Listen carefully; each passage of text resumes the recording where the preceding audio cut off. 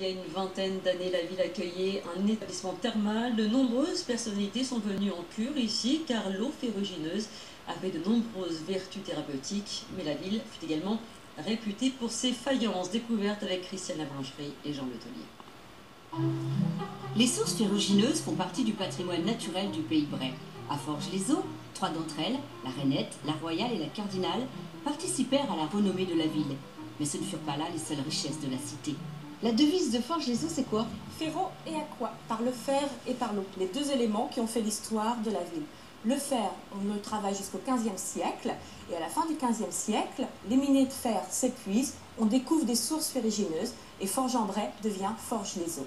Et ces eaux se trouvaient juste en face de nous, devant le casino. C'est là qu'il y avait les buveurs d'eau. C'est là qu'il y avait les buveurs d'eau. Durant presque 500 ans, les buveurs d'eau vinrent à Forges pour soigner anémie et infertilité. Tous les grands du royaume séjournèrent ici, de Richelieu à Louis XIII, en passant par la grande mademoiselle.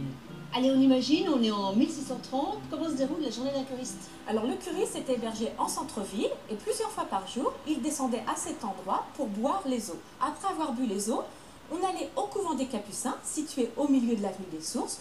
On y allait pour prier, bien sûr, on espérait le miracle, mais on y allait surtout pour assister à des pièces de théâtre, pour danser et pour converser tranquillement dans les jardins que les moines capucins ouvraient aux curistes. Plusieurs fois par jour, les curistes empruntaient l'avenue des Sources, dans un sens, puis dans l'autre. Les derniers purent découvrir en route une porte plantée là comme dans un décor.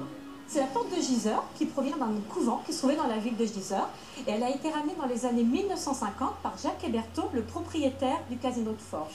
Son but, c'était de recréer un certain décor historique pour faire de Forges une ville théâtrale, un petit peu comme Avignon et ce que Jean Vilar a fait. Et il a réussi? Malheureusement, il n'a pas pu aller jusqu'au bout de son projet.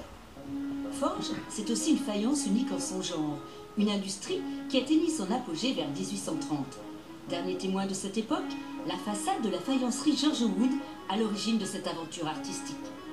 Pour avoir une idée de la variété de cette faïence, direction l'hôtel de ville, où la salle des mariages fait à l'occasion office de musée.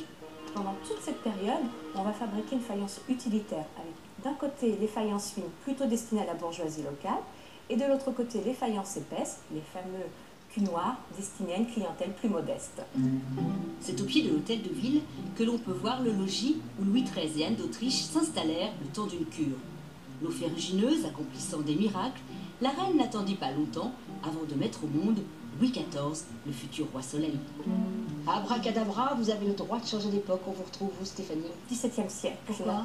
Pour découvrir la vie de la cour royale, découvrir Forges, découvrir le couvent des Capucins et voir un petit peu comment tous ces buveurs d'eau passaient leur journée dans notre commune et comment les forgerons les accueillaient. Et puis savoir quel goût avait l'eau ferrugineuse. Exactement, en plus. La suite demain.